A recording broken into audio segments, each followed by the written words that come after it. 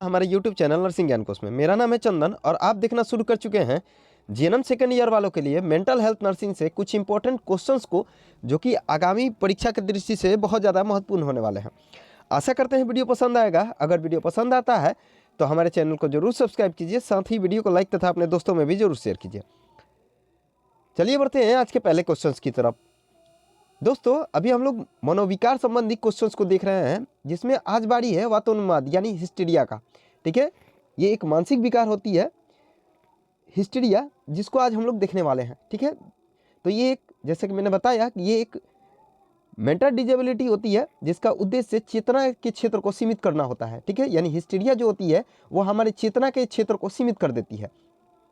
साथ ही स्मरण शक्ति भी कमजोर हो जाती है तथा पर्सनालिटी जो होता है वो बदल जाता है, और गतिजनक तथा संवेदी कार्य प्रणाली भी इसमें प्रभावित होती है। ठीक है, हिस्टीरिया जो है वो एक मानसिक डिसऑर्डर है जिसमें चेतना का जो क्षेत्र होता है वो सीमित हो जाता है, साथ ही स्मरण शक्ति कमजोर हो जाती है तथा व्यक्तित्व जो होता है वो बदल जाता है। साथ ही गतिजनक और संवेदी कार्य प्रणाली भी इसमें प्रभावित होती है। गतिजनक और संवेदी कार्य प्रणाली में अनियमितता से पैदा हुई अवस्था को रूपांतरण प्रतिक्रिया के नाम से भी जानते हैं।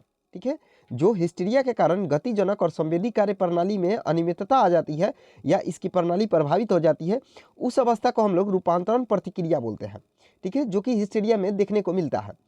इसमें चेतना के क्षेत्र में बाधा आने से स्मरण शक्ति का लोप और व्यक्तित्व के बदल जाने की अवस्था को हम लोग वियोजन प्रतिक्रिया बोलते हैं। ठीक है, हिस्टीरिया में दो और अवस्थाएं गुजरती है, जिसमें पहला होता है रूपांतरण प्रतिक्रिया और दूसरा होता है वियोजन प्रतिक्रिया। रूपांतर प्रतिक्रिया जो होती है वह गतिजनक और संवेदी कार्य प्रणाली में अनियमितता से पैदा होती है, और चेतना के क्षेत्र में बाधा आने से जो स्मरण शक्ति यानी याद रखने के जो शक्ति होता है उसमें लोप होता है, साथ ही पर्सनालिटी जो बदल जाता है, उसी को हम लोग वियोजन प्रतिक्रिया बोलते हैं। ठीक है, तो हिस्टीरिया में दो चेंजेस आते हैं, पहला रूपांतरण और दूसरा वियोजन। आगे बढ़ते हैं, अगला है वातोन्माद यानी हिस्टीरिया के कारण। ठीक है, इसके क्या क्या कॉज होते हैं उसी को हम लोग अब देखने वाले हैं। तो पहला साइकोलॉजिकल फैक्टर इसमें कार्य करता है। दूसरा, अभिभावक और बच्चों के बीच संबंध कैसा है ये भी इसमें देखने को मिलता है, या इसके कारण हिस्टीरिया पैदा होता है। साथ ही सामाजिक सांस्कृतिक कारण जो होते हैं वो भी इसमें प्रमुख भूमिका निभाते हैं हिस्टीरिया में। ठीक है, तो वातोन्माद जो होते हैं वो तीन कारणों से मेनली इसका कारण होता है। तो हिस्टीरिया जो है वो मेनली तीन जो कॉजेज हैं उसके कारण से होता है। पहला, मनोवैज्ञानिक कोई कारण हो तो। दूसरा, अभिभावक और बच्चों के संबंध कैसा है इस पे भी निर्भर करता है। साथ ही सामाजिक सांस्कृतिक कारक भी इसमें महत्वपूर्ण भूमिका निभाते हैं वातोन्माद यानी हिस्टीरिया के कारण में। अगला है इसके लक्षण, यानी क्या क्या लक्षण है हिस्टीरिया के वो हम लोग देखने वाले हैं। तो पहला, तो इसको दो भागों में बांटा गया है, पहला शारीरिक आधार पे और दूसरा मानसिक आधार पे, यानी शारीरिक लक्षणों के आधार पे और दूसरा मानसिक लक्षणों के आधार पे। तो पहला जो होता है वह शारीरिक लक्षणों के आधार पे, जिसमें गतिजनक लक्षण, जिसमें पक्षाघात, कंपन, कठोरता, असमान चाल, एफेक्सिया, दौरे, ये सब आते हैं। दूसरा जो होता है वह संवेदी लक्षण, जिसमें संज्ञाहरण, पैरेस्थीसिया, हाइपोथीसिया, हाइपरथीसिया और पीड़ा यानी दर्द वगैरह इसमें शामिल होता है। तीसरा जो होता है विशेष संवेदी लक्षण, ठीक है, जिसमें दृष्टि संबंधी विकार, अंधापन, बहरापन, संवादहीनता, गंधहीनता, ये सब शामिल होते हैं। साथ ही जो इसमें विसेक्रल सिम्टम आते हैं जिसे अंतरागी लक्षण बोलते हैं, उसमें हिचकी, उल्टी आना, निगलने में कठिनाई, बोलने में कठिनाई, स्वर हानि, मूत्र में रुकावट, कब्ज इत्यादि शामिल होते हैं। ठीक है, तो हिस्टीरिया का जो पहला लक्षण होता है जिसमें शारीरिक लक्षण आते हैं, उसमें गतिजनक लक्षण, संवेदी लक्षण, विशेष संवेदी लक्षण तथा अंतरागी लक्षण शामिल होते हैं। दूसरा जो होता है वो होता है मानसिक लक्षण, जिसे हम लोग मेंटल सिम्टम बोलते हैं, जिसमें पहला जो आता है वो नींद में चलना, दूसरा स्मरण शक्ति समाप्त होना, तीसरा हिस्टीरिया के दौरे आना, साथ ही दोहरा तथा असंख्य व्यक्तित्व, चौथा हिस्टेरिकल साइडोडिमेंशिया और हिस्टेरिकल साइकोसिस इसमें मानसिक लक्षण में शामिल होते हैं। अब हम लोग बढ़ेंगे इसके उपचार क्या क्या हम लोग करते हैं मैनेजमेंट उसी को। ठीक है, यानी अब हम लोग बढ़ेंगे उपचारात्मक प्रबंधन यानी थेरोपैटिक मैनेजमेंट क्या क्या करते हैं हिस्टीरिया में, वो हम लोग देखने वाले हैं। तो पहला, सबसे पहले हिस्टीरिया के जो रोगी होते हैं उसको हम लोग अलग करते हैं, यानी समाज या वातावरण से हम लोग अलग करते हैं या उसको अलग एक वातावरण प्रदान करते हैं। दूसरा, प्लेस्बो थेरेपी देते हैं, जिसमें डिस्टिल वाटर का इंट्रामस्क्यूलर इंजेक्शन कई बार लक्षणों को दूर करने में सहायता प्रदान करता है, ऐसे हम लोग देते हैं। ठीक है, प्लाज्मो थेरेपी जो होता है उसमें डिजिटल मास्टर जो होते हैं उसको हम लोग IM के थ्रू और लक्षणों को दूर करने में देते हैं। तीसरा जो होता है वो होता है ड्रग थेरेपी, जिसमें इंजेक्शन PZ 500 mg अथवा डाइजोपाम का 10 mg इंजेक्शन 2-3 दिन तक लगाने से हिस्टीरिया में मानसिक बेचैनी से छुटकारा मिलता है। साथ ही एब्रिएक्टिव थेरेपी में सोडियम पिनोथोल का 100 mg से 200 mg इंजेक्शन रोगी को देने से तनाव कम होता है। साथ ही हिप्नोसिस जो होता है उसमें दिया जाता है जिससे हिस्टीरिया के लक्षण कम होते हैं। इसमें साइकोथेरेपी दिया जाता है जिससे सपोर्टिव साइकोथेरेपी से अच्छा परिणाम निकलता है। साथ ही इसमें केस वर्क भी करते हैं, ठीक है, जिसमें रोगी से संबंधित पूरी जानकारी लेके जिसमें रोगी और उसके पारिवारिक सदस्य से रोग की विस्तृत पूर्व जानकारी अलग अलग लेनी पड़ती है, जिससे उसके पूरी तरह से जो रोग है उसके बारे में पता लगाया जा सके और उसका अच्छा से समायोजन कर और उसका काउंसलिंग कराया जा सके। साथ ही इसमें फैमिली थेरेपी भी किया जाता है, जिसमें अनुभवी समाज सेवक और मनोचिकित्सक द्वारा फैमिली की थेरेपी दिया जाता है। ठीक है, तो ये हो गया कुछ जो थेरेपैटिक मैनेजमेंट करते हैं उससे संबंधित बात। अब हम लोग बढ़ेंगे इसके मैनेजमेंट की तरफ, ठीक है, जो नर्सिंग मैनेजमेंट करते हैं उसके तरफ। तो इसमें रोग को देख के और उसका कैसे निदान हस्तक्षेप करते हैं उसको हम लोग देखेंगे। तो पहला, अगर परिवर्तित सोच प्रक्रिया आ रही है तब हम लोग रोगी के परिवार से उसके विषय में अधिकतम जानकारी प्राप्त करते हैं। साथ ही विशेष विवादों की पहचान कर उनका समाधान ना हुआ तो उसको करते हैं। रोगी की पसंद नापसंद, महत्वपूर्ण लोगों, गतिविधियों, संगीत, पालतू जानवरों आदि के विषय में जानकारी लेते हैं। साथ ही रोगी को लोगों के अतीत के विषय में बात कर उसके दिमाग को फालतू बातों से नहीं भरना चाहिए।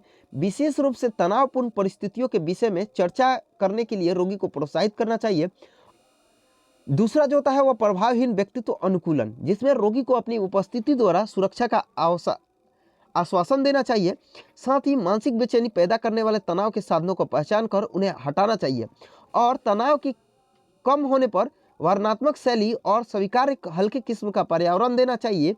साथ ही रोगी को अधिक उपयुक्त और अनुकूल प्रक्रिया अपनाने में सहायता करनी चाहिए। तीसरा जो होता है वो होता है संवेदी अनुभूति परिवर्तन, जिसमें अक्षमता पर ज़्यादा बल नहीं देना चाहिए। साथ ही रोगी को ज़्यादा से ज़्यादा आत्मनिर्भर रहने के लिए प्रोत्साहित करना, चिकित्सक द्वारा दिए गए मूल्यांकन, लेबोरेटरी के रिपोर्ट तथा अन्य विवरणों को नोट कर और देखे गए ऑर्गेनिक पैथोलॉजी ठीक प्रकार से की जा रही है इसकी भी निर्धारण करना चाहिए। साथ ही रोगी को अपने चिंता और डर को बताने के लिए प्रोत्साहित करना चाहिए। साथ ही आत्म संभाल में भी कमी आए तो उस स्थिति में रोगी की अक्षमता का मूल्यांकन करना और उसके शक्ति और क्षति के क्षेत्रों को नोट करना और रोगी की योग्यता के स्तर पर उसे आत्म संभाल के लिए प्रोत्साहित करना और निर्णयकारी दृष्टिकोण को अपनाना इसमें शामिल होता है।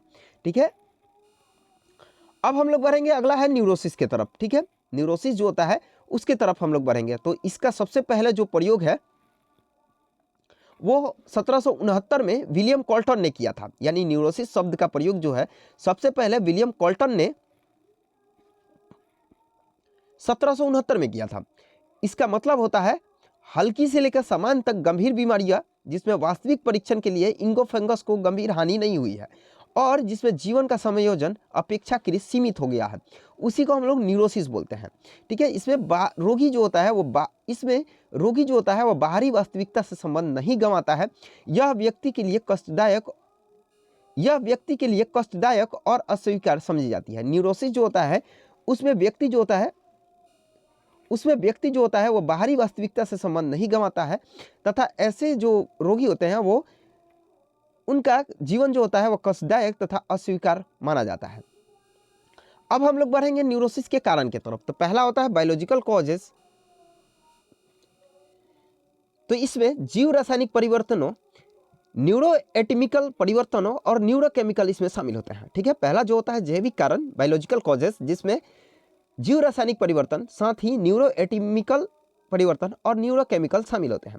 दूसरा जो होता है वो चिकित्सीय अवस्थाएं, ठीक है, जिसमें मेडिकल कंडीशन आते हैं, जिसमें मायोकार्डियल इन्फ्रैक्शन, पदार्थ मादकता, पदार्थ निकासी, हाइपोग्लाइसेमिया, कैफीन मादकता, हृदय का द्युमल कपाट भ्रंश यानी मिट्रल वाल्व प्रोलेप्स तथा अधचेतिकीय प्यूसिक एड्रिनल एक्सिल में असमानता, ये सब चिकित्सीय अवस्था में शामिल होती है।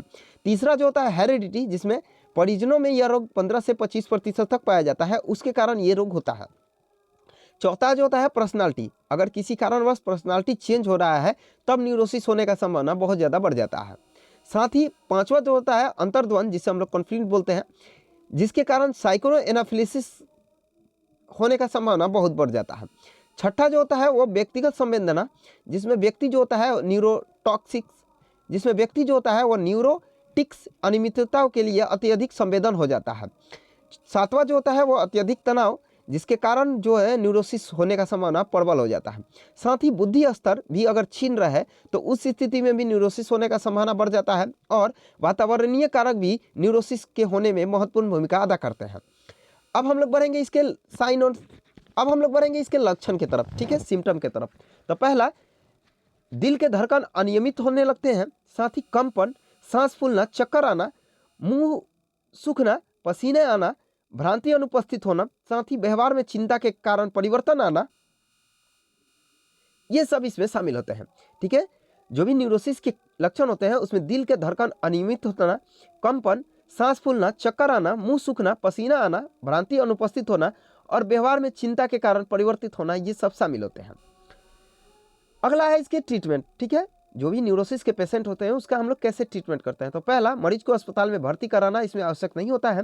दूसरा, इसका उपचार थेरेपी के द्वारा किया जाता है। साथ ही इसमें एंजियोलाइटिक ड्रग्स का भी उपयोग हम लोग करते हैं। ठीक है, जो भी न्यूरोसिस के पेशेंट होते हैं उसका उपचार हम लोग अस्पताल में भर्ती ना करवा के भी करते हैं।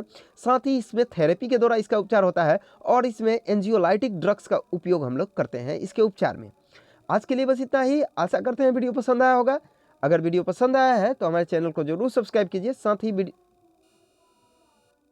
ही वीडियो को लाइक तथा अपने दोस्तों में भी जरूर शेयर कीजिए। अगर आप इस वीडियो से संबंधित पीडीएफ को देखना चाहते हैं तो हमारे डिस्क्रिप्शन बॉक्स में लिंक मौजूद है जिस पे आप टैप करके पीडीएफ को देख सकते हैं। मिलते हैं नेक्स्ट वीडियो में, तब तक के लिए धन्यवाद।